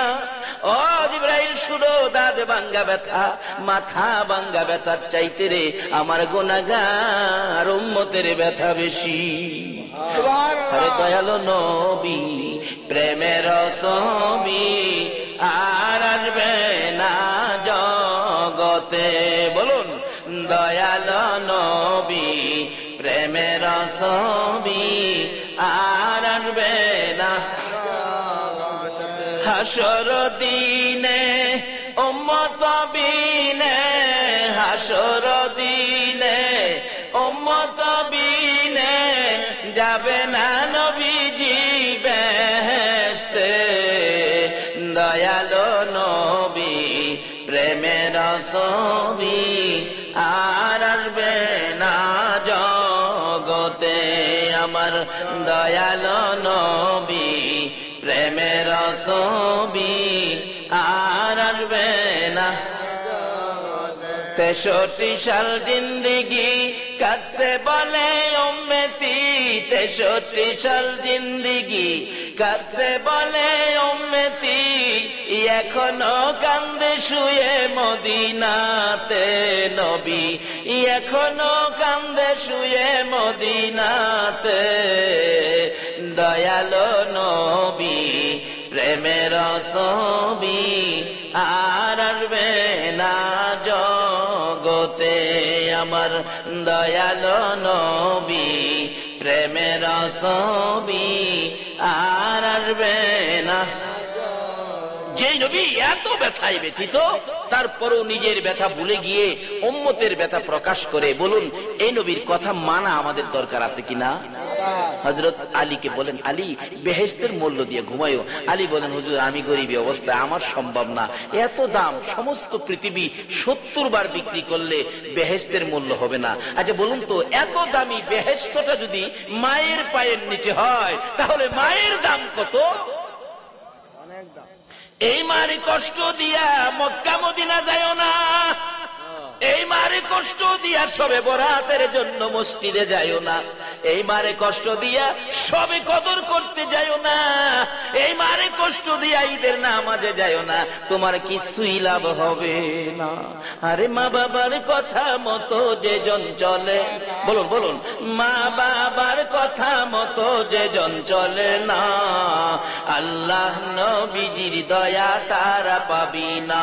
হায়রে আল্লাহ নবীজির দয়া তারা পাবে না। মা বাবাকে দুঃখ দিলে নামাজ রোজা যাইবি ফলে, মা বাবাকে দুঃখ দিলে নামাজ রোজা যাইবি ফলে, মার কলিজায় আঘাত দিলে খোদা সহে না, মার কলিজায় আঘাত দিলে খোদা সহে না, আল্লাহ নবীজির দয়া তারা পাবি না। হায়রে আল্লাহ নবীজির দয়া তারা পাবে না। মা বাবা অতি আপন, মা বাবার কর যতন, মা বাবা অতি আপন, মা বাবার কর যতন, তিন কথার সাথী পায়া বুইলা যায়ও না, তিন কথার সাথী পায়া বুইলা যায়ও না, আল্লাহ নবীজির দয়া তারা পাবি না। হায়রে আল্লাহ নবীজির দয়া তারা পাবে না। এই যন্ত্রণা গড়াইলে মা বাবা দুশ্মন হয় না, অথচ কত দামি মা, যে মার ভাওয়ের নিচে বেহেশ, কোন বেহেশ সমস্ত পৃথিবী 70 বার বিক্রি করলে একটা ইটের দাম হয় না, এই বেহেশতটা পুরাটা মায়ের পায়ের নিচে, এলে মার দাম কত? বলুন পীর সাহেব হুজুরের দাম বেশি না মায়ের দাম বেশি? মার দাম বেশি। মসজিদের ইমাম সাহেব হুজুরের দাম বেশি না মায়ের দাম বেশি? মার দাম বেশি। একজন বড় মুফতি সাহেবের দাম বেশি না মায়ের দাম বেশি? মসজিদের নববীর ইমামের দাম বেশি নাকি আমার মায়ের দাম বেশি? মার দাম বেশি। এই মারে কষ্ট দিয়া অনেকে হীরের মুড়ি দইছে, বেহেশত যাইতো, যাইও বেহেশত। মা যদি কই খোদা গো এই আমার খাওনের খবর নিছে না, আল্লাহ কবে হ্যাঁ রে ওদর, হ্যাঁ রে বীরের ওদর।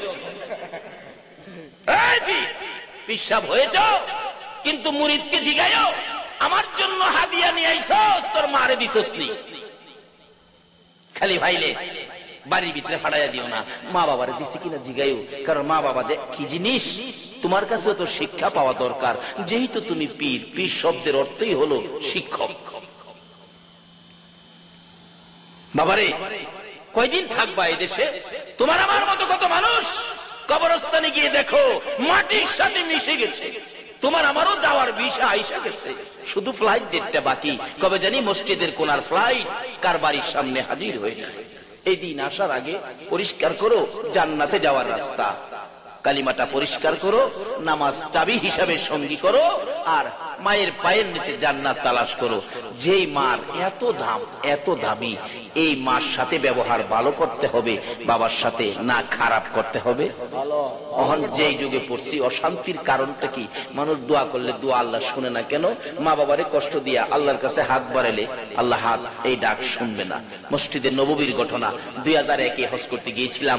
বাঙালি কিছু লোক বলে হুজুর আমাদের বাসায় যাবেন, আসর পরে গেলে কিছু লোক একসাথে বসে একটু দোয়া করলাম। পরে একটা দুঃখ বলল, হুজুর হজ ভলান্টিয়ারের দায়িত্বে বাংলাদেশ থেকে আমাদের এই মদিনাতে অনেক লোক আসছিল, মক্কাতেও আসে, বাংলাদেশ, ভারত, পাকিস্তান থেকে আসে, কিন্তু একটা যুবক ছেলে হজ ভলান্টিয়ার মসজিদের নববীর ভিতরে দায়িত্ব, কি ভাগ্য তার, কিন্তু দায়িত্ব পালন করতে পারে না। ভিতরে ঢুকলেই নাকি তার গায়ে আগুন জ্বলে, অশান্তি লাগে, দৌড়ায় বাহির হয়ে যায়। কে বলে মারতে আসে। জিগাইলাম তোর অসুবিধার ব্যাপারটা কি বল? হ্যাঁ বলতেছে আমার দেশে পাঠায় দিয়ে চাকরি করা সম্ভব হবে না। কেন? আমি যেদিন হজ ভলান্টিয়ারের দায়িত্বে মসজিদের নববীতে আসার উদ্দেশ্যে বাংলাদেশ থেকে বিমানে উঠছিলাম, বিমানে উঠার ঠিক 8 দিন আগে আমার মারে একটা লাত্তি মারছি। বলুন বাংলাদেশে মারে লাত্তি দিলে মদিনার কামলিওয়ালা নবী খবর রাখে কিনা? মসজিদের নববীর ভিতরে ঢুকতে দেয় না। এই মারে কষ্ট দিয়া নবীর শাফায়াতের আশা করা যায়? তাহলে আসুন শবে বরাতের বরকত পাইতে গেলে আগে মার সাথে সংশোধন হন। হুজুর কিভাবে সংশোধন হব? কোটি অপরাধ, কোটি গুনাহ, 10 বছর 25 বছর মারে কষ্ট দিছেন, আজকা রাত্রে বাইত গিয়া মার ঘরের দরজাটা খাড়িয়া খালি ডাকটা মারেন না, মা মাগো। মা দেখবেন ঘুমতে উঠবো পাগলের মতো, আমার হুলার কণ্ঠ বাজতেছে, আমি কি স্বপ্নে দেখলাম নাকি বাস্তব? মা দরজাটা খুইলা যদি দেহে আপনি খারা দেখবেন 2টা চোখের পানি ছেড়ে দিয়ে কইব, পুত্রে তুই কেমনে রে? আমার 25 বছর পরে মা কইলি বাজার আয় ঘরে আয়। 25 বছরে যা দুঃখ আছিল একটা ডাকের বাজার আমার সব পরিষ্কার হয়ে গেছে। সুবহানাল্লাহ। এই মারে কষ্ট দিয়ে নামাজি যায়েন না, এই মারে কষ্ট দিয়ে শবে বরাত পাওয়ার জন্য যায়েন না, শবে কদর নসিব হবে না, মক্কা মদিনা যায়েন না। এই মারে দুঃখ দিয়ে হজ করলেও হজ কবুল হবে না। তাই বলতেছিলাম সামনে রমজান, বরকত কিভাবে পাবেন? সামনে শবে বরাতের বরকত কিভাবে পাবেন? সামনে শবে কদর কিভাবে পাবেন? আমার নবী বলেছে তোমার মায়ের পায়ের নিচে জান্নাত। আগে এই জায়গাটা পরিষ্কার করেন। বলুন কার পায়ের নিচে জান্নাত? এত দামি বেহেশত যে মার পায়ের নিচে, বলুন এর চেয়ে দামি আর কোন ব্যক্তি পৃথিবীতে আছে? নাই। কিন্তু অথচ এই মা সংশোধন কিভাবে করবেন? শেষ পর্যায়ে এসে গেছি। মা সন্তানের সাথে কত কম দামি হয়ে গেছে। এক শাশুড়ি আসার পরে, এটা কোরআন হাদিস না, মুরব্বীদের মুখে শুনছি, এলাকার ঘটনা, অনেক সময় এরকম ঘটনা ঘটে থাকে এলাকায়। থানায় গর্ভবতী মা, বড় ছেলে মার সাথে ঝগড়া করতে করতে রমজান মাসে মার গলাটা কাইতে আলগা পেরে নিয়েছে। আচ্ছা এরকম অপরাধ যারা করে যদি মক্কার ইমামও হয়, বলুন নবীর শাফায়াত পাবে? মা কি মা? মার সাথে সংসারে আছে, ছেলেও আছে। শাশুড়ি আসার পরে মা বাজার থেকে সবচেয়ে বড় রুই মাছটা আনছে। বিবি সাহেব তো মাছ কাটতেছে, এবার মা একটু পর পর জিগায়, বউগো এত বড় মাছ হাই কোনোদিন আনে না, তোর মা আইসে মাছটা আনছে, যা খুশি হইলাম আমিও বিয়াই নাইছি, মাছটা বড় আনছে। তবে একটা কথা কি, আমার মাথাটা রো মাছের মাথাটা আমার দিস। আচ্ছা ছেলে পেটে লইয়া কষ্ট কইরা গুমুত প্রস্রাব সাফ কইরা ছেলের রুই মাছের মাথায় মার দাবি আছে কিনা? আছে। খালি মুহে মুহে কইেন না, এটা কাজে লাগাইেন। তাইলে সবে বরাত পাবেন, সবে মেরাজ পাবেন, সবে কদর পাবেন। কারণ রাসূল বলেছে, মা বাবার চেহারার দিকে কেউ যদি একবার মায়ার নজরে তাকায়, একটা কবুল 7টা উমরা হজের নেকি আল্লাহ দান করে দেয়। সুবহানাল্লাহ।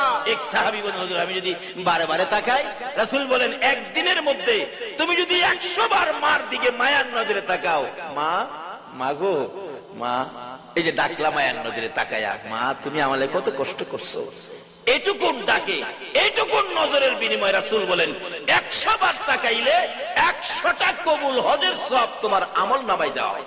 সুবহানাল্লাহ। অথচ মক্কা মদিনা হজ করতে গেলেন 1.5 লক্ষ 2 লক্ষ টাকা খরচ করে, হজ কবুলের গ্যারান্টি হয় নাই। হজ কবুল হইতেও পারে, নাও হতে পারে, কিন্তু মা বাবার চেহারার হজ রাসূল বলেছেন একটা কবুল 7টা উমরা হজের সওয়াব আল্লাহ পাক দান করেন। আজকে সেই মা বাবা দুশমন হয়ে গেছে, অন্য লোকজন আপন হয়ে গেছে। বাবারে শবে বরাত যাইবার আগে আজকে কি লোন পরিষ্কার হয়ে যায়, শবে বরাত সবে কদর রমজানের বরকত পাওয়ার আগে আগে লন আগে এই জায়গাগুলি পরিষ্কার করি, তাহলে এই বরকতের ভাগী আমরা হইতে পারবো। যাই হোক, এবার ছেলে মা বলতেছেন বারবার, বগো এই রুই মাছের মাথাটা কিন্তু আমার দিস, কইছিলাম যে মন রাখিস কিন্তু, বুঝছস, কইছিলাম যে। ছেলে আইসা শুনছে মা কি কয়, কইছিলাম যে, কয় তোমার মা যেটা কয় এইটা কোন যাইতো না। আসলে মা কি কোনো খারাপ কথা কইছে? তখন এই জাতের মহিলারা আছে, সব না, সব হইলে দেশ চলতো না। কিছু মহিলা আছে এরকম, একটা যদি কয় শাশুড়ি, ছেলের কাছে 2টা উল্লা লাগায় বেজাল্লা সংসারে বাড়ায়। কি কোন আসনা কইছে একটা লাগায় দেয় আরেকটা। এই তো ছেলে মা বাবার হয় রাগ হয়ে যা, এই মা বাবা লিয়া খাইতাম না আলাদা। এমন এক কথা শাশুড়ির উপরে তুলে দিছে, যেটা শাশুড়ি বলে নাই। বুড়া মানুষ ছেলে জিগে কি কইছে তোমার মা? কয় তোমার মা যেটা কয় কোন যেত না। কি কইছে? কয় এই বয়সে তোমার বাবা নাই, তোমার মা বলছে আরেক জায়গায় বিবাহ দিতে। নাউজুবিল্লাহ। কোন একজন মুরব্বির উপরে এমন কথা উঠাইয়া দিছে, এটা আল্লাহ কেমনে সহ্য করব? যেই মার পায়ের নিচে জান্নাত। ছেলে কই এই কথা কইছে, এই মারে আর এই মার মুখ আর দেখা। পরামর্শ দুইজনে করছে, অন হাউ কাউ করো না, রাত্রে ঘুমাইলে হালকা শীত যখন পাতলা খেতা গায়ে দিয়ে ঘুমাইবো, ঘুমাইলে খেতাটা বইল্লা নদীর হেইফার জংলাত ফালায় দিয়ামু, শিয়ালে টিয়ালে খাই লাইবো, বেজাল মুক্ত হয়ে যাবো গা। মা বলে বেজাল, অথচ রাসূল বলছে এই মায়ের পায়ের নিচে এমন একটা জান্নাত, সমস্ত পৃথিবী 10 বার 70 বার বিক্রি করলে একটা ইটের দাম হবে না। এই বেহেশতটা এই মার পায়ের নিচে। আজকে মুসলমানরা এই মা চিনে না। তাই বলতেছিলাম, এবার ফালাই দিব এই কথা পরামর্শ করে ফাইসালা চুপচাপ বৈশা রয়েছে। এদিক দিয়ে 2 বেআইন কথা কইতে কইতে যে বিছনায় ছেলের মা ঘুমাইতো, এই বিছনার মধ্যে মেয়ের মা ঘুমায় গেছে। আচ্ছা বলুন তো, আমরা যাই করি না করি সঠিক বিচার করার মতো একজন বিচারক আছে কিনা? বলুন তো, এই বিচারকটা কে? এই আল্লাহ এখনো আছে। তাহলে সাবধান হয়ে যান, পরিষ্কার হয়ে যান। এই বিচার থেকে বাঁচার ক্ষমতা নাই। দুনিয়ার বিচারের কোর্টে টাকা দিলে উল্টা পাল্টা হয়, আল্লাহর কোর্টে টাকা দেওয়ার কোনো সুযোগ নাই। বাবারা ভাইয়েরা, কষ্ট হইতেছে আপনাদের? তাই আসুন, এবার দুইজনে পরামর্শ করলো, তারা তো ঘুমাইলো। ছেলের মা কই বিআইন যখন হেন ঘুমাইছে, আমি আর হেন হইতে লাভ নাই, জায়গা হেটা তো খালি। ওই দুইজন 2 বিছনায় ঘুমাইছে। রাত্র 12টার পরে কই অহনই সুযোগ, যে ঘুমাইছে কাম সাইরা লম যাইব, খেতাদা বইল্লা নৌকা তুইল্লা জাগা এইবার ফালাইয়া দিয়ে আইয়ার কয় বেজাল সাইরা লাইছি গো, আর চিন্তা নাই গো, খুশি। ছেলেটা কয় সত হইলে তো মা, মার পেটে থেকে 10 মাস 10 দিন মারে কষ্ট দিছি। কি বলেন, দেই নাই? তারপর আমার আপনার মতো একটা সন্তানের মুখ দেখার আশায় মা কত কষ্ট। এমনকি কোন কোন মা ডেলিভারিতে দুনিয়ার থেকে বিদায় পর্যন্ত হয়ে গেছে। আমার জানা যে এলাকায় মধ্যে করতাম, একটা গরিবের মেয়ে মহিলা দুনিয়া থেকে বিদায়, মুহূর্ত ডেলিভারি, কিন্তু 10টা পয়সা নাই চিকিৎসার জন্য। আমি ইমাম সাহেব এলাকার থেকে পয়সা উঠাই দিলাম, হসপিটাল পাঠাইলাম, সকালবেলা মক্তব ছুটি দিয়ে গেলাম। কি করে দেখি, ডাক্তার গিয়ে দেখি দাঁড়াইয়া পরামর্শ করে, কি ব্যাপার ডাক্তার সাহেব, রুগীটার খবর কি? হুজুর রুগীটা একেবারে শেষ পর্যায়ে, রুগীটা বাঁচবে না। আমি বললাম দেখেন, যদি চিকিৎসার অভাবে রুগীটা মারা যায়, তার মা বাবার কলিজায় আজীবন একটা দুঃখ থাকবে। চিকিৎসা করেন, পয়সা লাগে আমি ব্যবস্থা করব, এরপরে মরে গেলে তার দুঃখ নাই। ডাক্তার বলেন চিকিৎসা করলে হুজুর 2 জন বাঁচানো যাবে না, 2 জনের একজন হয়তো চেষ্টা করে দেখতে পারি। যদি সে বাচ্চা বাঁচাইতে চায় তাহলে মা মারা যাবে, মা বাঁচাইতে গেলে বাচ্চা মারা যাবে। আপনারা বলেন আমি কাকে বাঁচাবো? ডাক্তারে বললাম দেখেন এই ক্ষমতা আমার না, এই দায়িত্ব আমার না, তার মা বাবারে জিগান। মা বাবা বলতেছেন আপনারা ডাক্তার সাহেব আমার মেয়েটারে বাঁচাই দেন, কারণ যার যার সন্তানের জন্য যার যার মায়া, আমার মেয়েটারে বাঁচাই দেন, পেটের বাচ্চাটা মাইরালাম। এমনি সময় দেখি মা জ্ঞান হারা ছিল, 2টা চক্ষু খুলে চোখের পানি ছেড়ে ঠোঁট 2টা থরথর করে কাঁপতেছে, কি যেন বলবেন। ডাক্তার বলেন ওই মেয়েটার মুখের কাছে যখন কানটা নিলাম, মেয়েটা আস্তে আস্তে বলতেছেন ডাক্তার সাহেব এই বাচ্চাটা পেটে নিয়ে 10 মাস 10 দিন কত কষ্ট করেছি, আল্লাহ জানে গো আর আমি জানি। রাত্রে যখন বাচ্চা পেটের মধ্যে নড়াচড়ি করত, আমার স্বামীকেও জানতে দেয় নাই, জিহ্বা কামড়ায়া সহ্য করেছি। হ্যাঁ ডাক্তার, কোন রাত্র সারাটা রাত দাঁড়াইয়া রইছি রে ডাক্তার, কাউরে জানতে দেই নাই। এইভাবে কষ্ট করেছি, প্রসব ব্যথার যন্ত্রণায় আমার সন্তানটা মেরে ফেলার জন্য গার্জিয়ান বলেছে ডাক্তার তোমার 2টা পায়ে দড়ি, 2 জনের একজন যদি মারতে হয় গো, আমি মার জীবন শেষ করে দাও। হ্যাঁ ডাক্তার, আমি মায়ের জীবন শেষ করে দিয়ে আমার পেটের সন্তান বাঁচাইয়া দাও। নবীর উম্মতেরা গো, কোন মার পায়ের নিচে জান্নাত? যে মা নিজের জীবন শেষ করে দিয়ে তোমার আমার মতো সন্তানের জীবন বাঁচাইতে চাই, আমার নবী বলেছেন উম্মতেরা রে, এই মারে কষ্ট দিস না রে, আমার শাফায়াত পাবি না। ডাক্তার বলতেছেন এত যখন আশা সন্তানের জন্য, দেখি 2 জনকে বাঁচানো যায় কিনা চেষ্টা করে দেখি।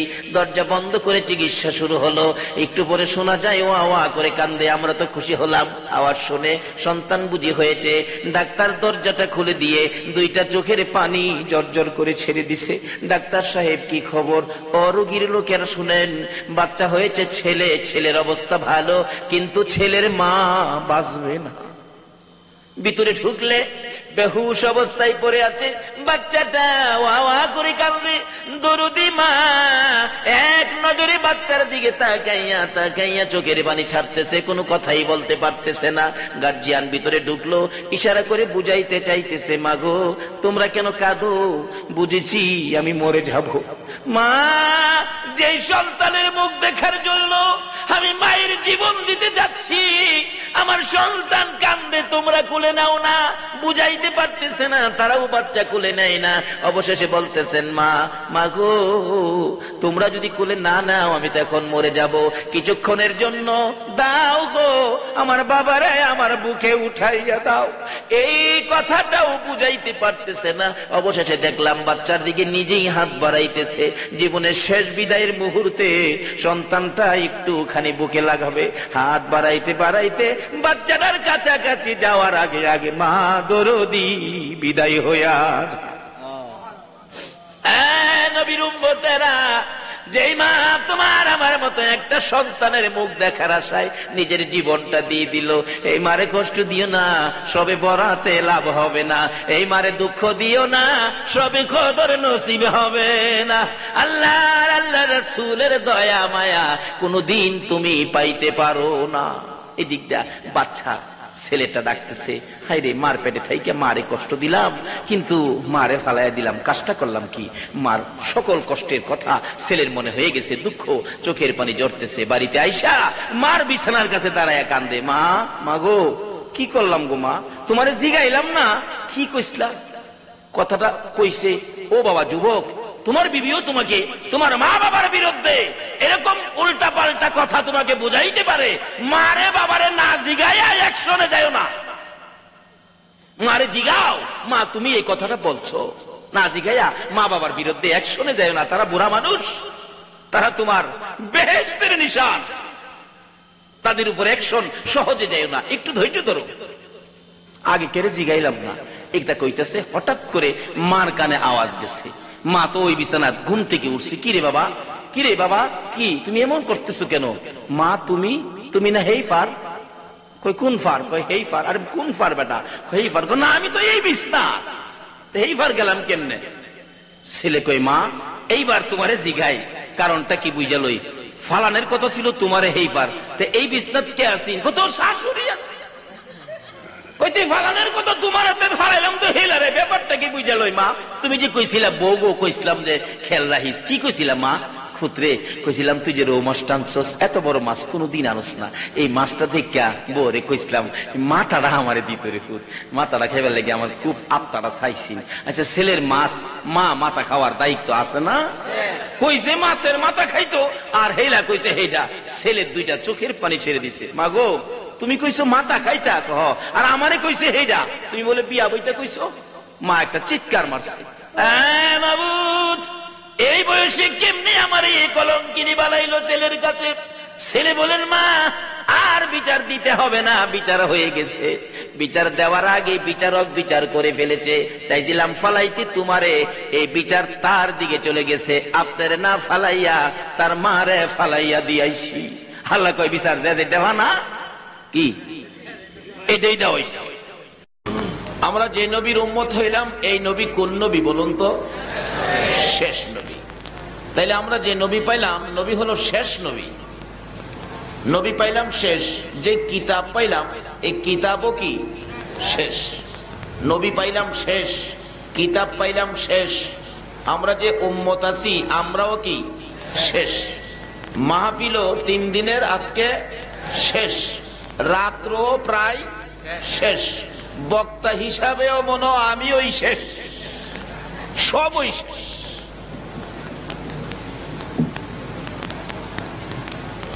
আসলে সব শেষ ভালো যার, সব ভালো তার। বলুন তো আমরা শেষ নবীর উম্মত হওয়াতে আমাদের কি লাভ হলো না লস হলো? আল্লাহু আকবার বলুন। আজকে যে মাহফিলে আপনারা বাড়ির থেকে রওনা হলেন, বাসা থেকে রওনা হলেন, মাহফিলে আসবেন, শেষ নবীর উম্মত হওয়াতে লাভ কতটুকুন দেখেন। যখন মাহফিলের দিকে রওনা হলেন, উরকির চরের ঈদে মিলাদুন নবী সাল্লাল্লাহু আলাইহি সাল্লাম মাহফিলে যাচ্ছেন। আল্লাহ বলেন ও ফেরেশতারা আমার এই বান্দাগুলো কই যাচ্ছে? আচ্ছা আল্লাহ কি দেখে না কই যাইতেছেন? তারপরও জিগায় তারা কই যাচ্ছে। ফেরেশতারা বলেন তারা তো উরকির চরের 3 দিন ব্যাপী পবিত্র ঈদে মিলাদুন নবী আপনার নবী স্মরণের মাহফিলে যাচ্ছে। আল্লাহ বলেন ফেরেশতারা শোনো, তারা যে সামনের দিকে পাওটা বাড়াইছে, পিছের পাওটা উঠাইবার আগে আগে আমি মাফ করে দিলাম। আচ্ছা আপনারা কি কেউ মাপ চাইছিলেন? এই শেষ নবীর উম্মতের এই প্রথম ভালোটা শুরু হলো। আমরা মাপ চাই নাই, আমিও চাই নাই। আপনারা কি কেউ চাইছেন? মাপ চাই নাই, ঘর থেকে খালি বাহির হইছে, সামনের পাও ফালাইয়া পিছের পা উঠাইবার আগে আল্লাহ বলেন আমি তাদের জীবনের গুনাহগুলি মাফ করে দিলাম। অথচ অন্যান্য নবী রাসূলের উম্মতের এমন কি কোন কোন নবী রাসূলগণের জীবনী খুললেও পাবেন, যেমন হযরত আদম আলাইহিস সালামের জীবনীতে পাবেন উনি একটা কথা অমান্যের কারণে 350 বছর কাঁদছে। কয়শো বছর? কোন কিতাব লেখে 360 বছর, 350ই ধরেন। কানতে কানতে চোখের পানিতে গালের গুস্তগুলো পয়সা হাড্ডি বাহির হয়ে গেছে। তারপরেও কয় খোদা গো আমারে আর কত কান্দাইবা? আল্লাহ কয় আদম কানতে থাক। প্রশ্ন আসতে পারে হুজুর আদম নবীর মতো নবীরে কান্দায় আর আমরা ঘরতে বাহির হইলে মাফ? ওই যে আমরা সব ভালো শেষ ভালো যার, সব ভালো তার। যে নবীর উম্মত সামনের পাও ফালাইয়া পিছের পাও উঠাইবার আগে গুনাহ মাফ পায়, এই নবীর পক্ষে থাকতে কি আপনারা রাজি আছেন? বাবা গো কে আপনারা এই নবীর পক্ষে 3 দিন এই সম্মিলনে 3 দিন এই ঈদে মিলাদুন নবীতে শেষবারের মতো আপনারা বসে আছেন? নিশ্চয়ই আপনাদের ভাগ্য ভালো, নিশ্চয়ই আপনারা নেককার মায়ের সন্তান, নিশ্চয়ই আপনাদের ভাগ্যে আমার নবীর সুপারিশ, আমার নবীর শাফায়াত নসিব হয়ে যাবে। আজকে যারা রবিউল আউয়ালে নবীর পক্ষে বসে আছেন, আল্লাহর কসম আপনাদের পক্ষে আমার নবী ফুলসিরাতের ঘাটে বসে থাকবে।